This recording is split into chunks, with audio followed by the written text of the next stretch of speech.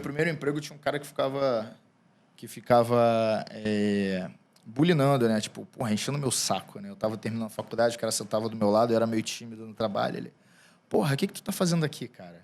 Pô, tu sabe o que tu tá fazendo? O cara ficava só no cantinho, assim, me enchendo o saco. Eu falei, caraca, eu ia pra casa me sentindo um lixo. Eu falei, porra, não é possível. Eu tenho que melhorar, mas eu não sabia como melhorar. Como é que eu vou aprender coisa que na faculdade, por exemplo, não falava? Foi meu primeiro emprego, eu tinha 21 anos, era estagiário. E o cara todo dia, pá, pá. Aí eu descobri um livro. Falei, cara, eu tenho que descobrir alguma forma de me livrar disso aqui, que o pensamento não parava. Eu comprei um livro chamado best-seller, Como Evitar Problemas e Viver Sem Preocupação. Um bagulho assim. Alguma coisa de gerenciar conflitos no trabalho, algo assim? Da mente mesmo, cara. Da Como mente. Evitar Preocupações. É do Dale Carnegie, é bem famoso esse Entendi. livro. É best-seller. Mas na época eu não conhecia nada de livro. Eu entrei na livraria e eu comecei a olhar. Ele estava na frente ali, era um dos principais ali. Eu falei, vou pegar esse livro. E ele trouxe várias histórias de várias pessoas em diversas situações, como as pessoas tiveram que lidar com morte, problema no trabalho, medo de falar em público, cara, uma porrada de coisa. Ali foi um primeiro livro que eu comprei meio que assim, ó, com vontade própria. Eu namorava uma psicóloga que ela falava mal dessas coisas que ela dizia que era autoajuda, que nada disso serve na psicologia, que papapá, que é tudo balela. Cara, mas aquilo me deu um start de começar ali.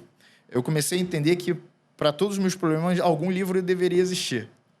Cara, para todos os meus problemas, alguém tem alguma experiência. Cara, parece mó clichêzão falar isso, porque hoje em geral fala. Mas isso é fato, mano. Aí, pô, foi ali que eu comecei a ler, cara. Aí eu comecei a ler. E é engraçado que aí parece que as fases, depois de muito tempo que você vai incorporando alguns entendimentos, né? Sim. E o extremo disso, para mim, foi realmente um caminho mais espiritual, porque acabou entrando. Porque aí eu comecei a ver mais a partir da experiência pessoal e não a experiência do outro. É mais, tipo assim, o que pode ser extraído em cada situação merda. Porque o livro, bem ou mal, você está fugindo da situação merda. Agora, no estar presente, você está olhando o que está acontecendo naquele momento. Então, você cria uma conexão com a realidade e você meio que... você começa a criar suas próprias ferramentas, tá ligado? Sim. Internas, para lidar com aquilo. Nem que seja a própria casca. O lance é que você já não fica mais, isso aqui é ruim, isso aqui é bom. Você simplesmente vai, né? Eu acho que na sociedade assim, ocidental que a gente vive, que lá no Oriente parece que é uma coisa meio bem comum, mas pra gente aqui é incomum a gente, mesmo quando a gente tá criança e adolescente, a gente parar para fazer uma meditação. E o que eu quero falar sobre meditação? Não é parar, ficar em posição de lótus, nada disso. A meditação é basicamente você parar de ouvir estímulos externos e ouvir só estímulos internos, né? A gente começa... Eu vejo isso muito... a experiência pessoal, assim, a gente começa a só ouvir estímulos internos quando a gente está se isolando por conta de alguma briga ou alguma situação chata que a gente teve com uma pessoa. Então, a gente não se isola, a gente não tem costume no Ocidente de se isolar quando acontece uma coisa boa, para você pensar sobre aquilo e você se conectar com você mesmo quando acontece uma coisa boa. Geralmente, só quando acontece uma coisa ruim, aí você quer um tempo, quer silêncio, quer não sei o que lá. Sim. Então, a gente não tem muito esse hábito, né? E eu percebo muito que a gente cria esse relacionamento e as pessoas vão crescendo com esse relacionamento com o silêncio. A pessoa não consegue ficar em silêncio. Então, por isso que, às vezes, tipo, o cara só quer sair, não que eu não goste, às vezes, de, tipo, sair pra noite, curtir uma música, curtir tomar uns drinks, alguma coisa assim. Mas, às vezes, o cara não consegue ficar sozinho com a própria cabeça, porque não tem esse costume, entendeu? Acha que aquilo ali já tem esse relacionamento ruim com ficar consigo mesmo e o cara foge disso de todas as maneiras, assim, né? Inclusive, isso me lembra que, cara, você não bebe, né? Você não bebe álcool. E aí a gente estava falando de espiritualidade, você não bebe álcool. Como que começou? Tipo, como é que foi a sua decisão de não ingerir mais álcool, assim? O que te levou a isso, a tomar essa decisão? Cara, assim, olhando o meu histórico, eu já fiz muita besteira por causa de negócio de bebida. E sempre eu me arrependo, né? Então, no decorrer do tempo passando, eu já vi a necessidade de diminuir, né? Pela questão da ressaca moral, Sim. né? Já acordei, tipo assim, já saí com amigos, depois acordei em um lugar que eu não... Porra, onde é que como é que eu cheguei aqui, né? Tipo, acho que todo mundo, em algum momento, deve ter passado por isso. Não recomendo, mas é a vida. Se tiver que passar, vai passar, né? Enfim, não quem sou eu para dizer o que deve fazer ou não. Mas eu fui vendo que eu precisava parar, mas eu nunca consegui, porque tá com a galera, geral bebendo, você vai se entregando, você vai estar bebendo de novo.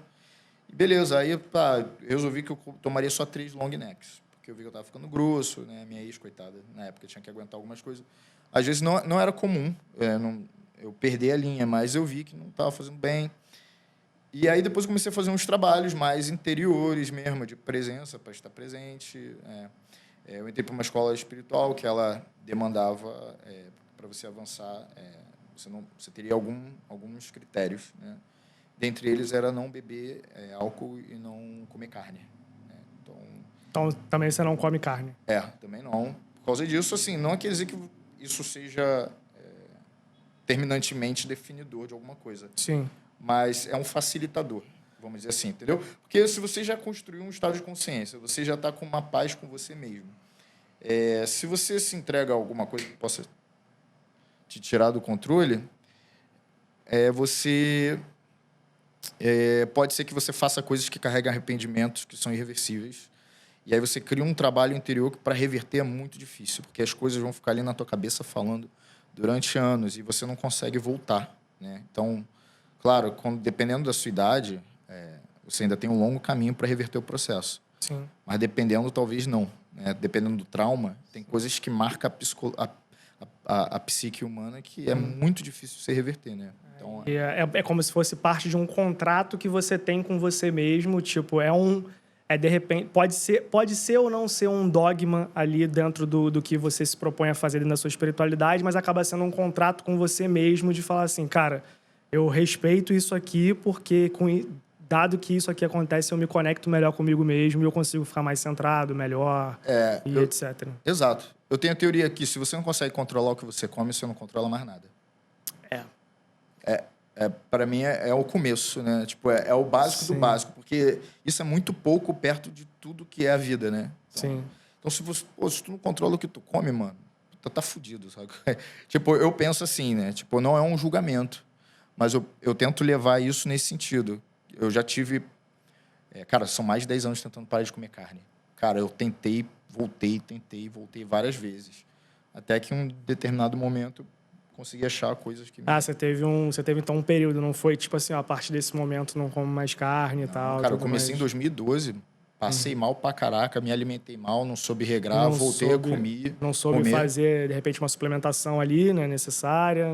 Foi de maluco, como toda pessoa de primeira viagem, assim, praticamente. Foi coisa de louco. E eu lembro que a primeira vez, por falta de consumir, no meu primeiro namoro eu brochei, por causa porque eu não sabia repor as coisas. Isso influencia, se você não souber se alimentar. Imagino.